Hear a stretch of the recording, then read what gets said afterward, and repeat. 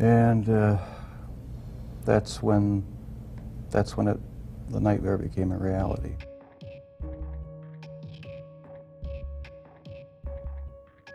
Number 10, Charles Manson.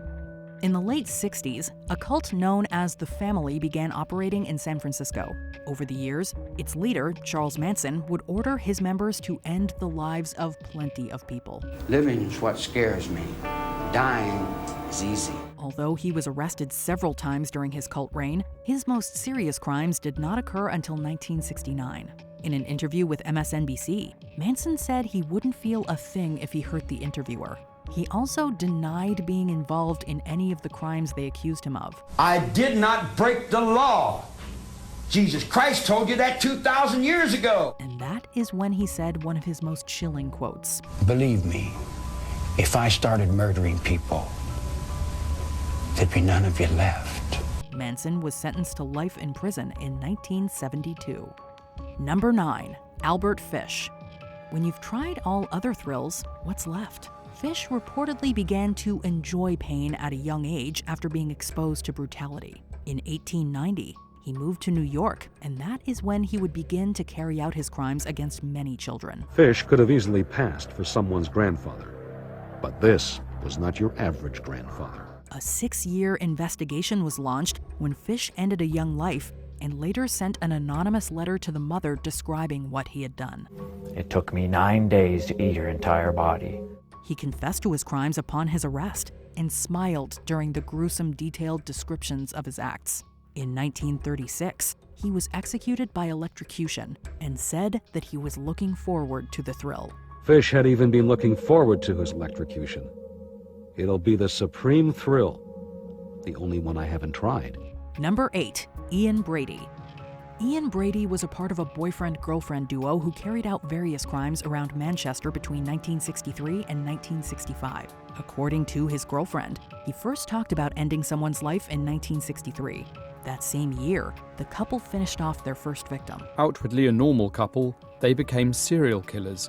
Over the years, the two brutally ended the lives of 5 innocents. Their crimes eventually led to their arrest. When Brady and Hindley were arrested, they said nothing. Brady was diagnosed as a psychopath in 1985 and spent the rest of his life in a psychiatric hospital. He told a journalist that he had a better chance of contacting the dead than agreeing to an interview. Ian Brady now takes to his grave the truth about Keith Bennett's whereabouts. Number 7, James French.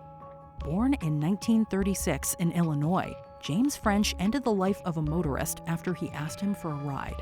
Strangely enough, French was determined to get a death sentence, which was denied by the jury. Sentenced to life, he shared his cell with inmate Eddie Lee Shelton. The two did not seem to get along, and French ended Shelton's life. Once again, French requested a death sentence after explaining he finished off Shelton to give enough reasoning for an execution. When on the chair, French's final words were directed at journalists. He suggested a headline pun for his passing. Number 6, Richard Ramirez. Richard Ramirez, aka the Night Stalker, was most known for ending the lives of over 13 people and horrifically tormenting dozens more. He was most active between 1984 and 85 and was arrested that same year. With Ramirez in custody, officers would now come face to face with the killer for the first time. During his trial, Ramirez managed to gather a fan base of fellow Satan worshippers. It's also rumored that he orchestrated an attack on one of the jurors, which delayed the trial. After being sentenced to death, Ramirez refused to show any remorse. He was sentenced to death. He addressed the courtroom that it's really not a big deal and that he'll see everyone in Disneyland. Big deal. That's always went with the territories. I'll see you in Disneyland. Number 5, Jane Topin. When you admit your ambition is to end the lives of more helpless people than anyone else, you know we have to put you on this list. Jane Topin was a nurse who ended the lives of her patients by altering their dosage prescriptions. Jane Topin was the proverbial bad seed, descended from a lineage of evil. 1895 was the year when Topin started to poison people outside of her usual hospital setting. She wasn't arrested until 1901, and a year later, she confessed to ending the lives of 31 people. She was finally brought to justice in 1901 after she killed off the entire Davis family. But she also confessed she wished to have put a lot more on her tally, more than anyone else has ever done. That is my ambition, to have killed more people, more helpless people, than any man or woman who has ever lived. Number 4, Joe Matheny. Joe Matheny was a serial killer, sentenced to life without parole in 1998. However, he was already on trial in 1995, but the jury didn't have enough evidence to connect him to the passing of the victims. After his final arrest, Matheny admitted to executing 13 people, including the victims in the 1995 case. However, evidence and research only found 5 victims in total. He confessed that he enjoyed carrying out his acts and didn't feel any remorse. This quote is pretty morbid, and it feels like we could be perfectly fine without knowing this fact. Number 3, Richard Kuklinski.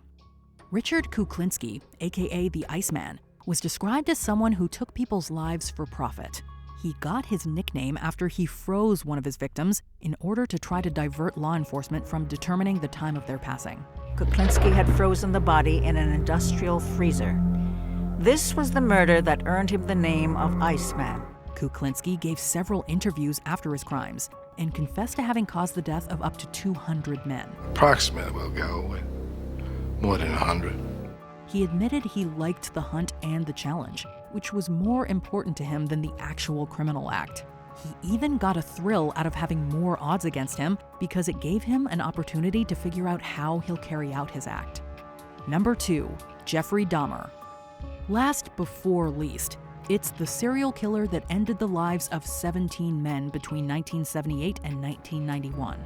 Jeffrey Dahmer's crimes were so hideous, we can't even talk about them in a lot of detail here. Let's just say dissection and eating were involved. Ultimately, Dahmer wanted a partner he could completely control, dead or alive. By 1991, Dahmer was finishing off one person each week. During this time, he even came into contact with the police, who failed to do a check on him. In his quote, Dahmer revealed that ending people's lives wasn't satisfactory. He wanted control. The killing was just a means to an end. That was the least satisfactory part.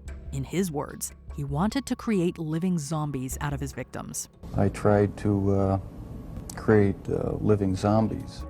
Number 1, Peter Curtin. Curtin had been arrested almost 30 times before his final sentence.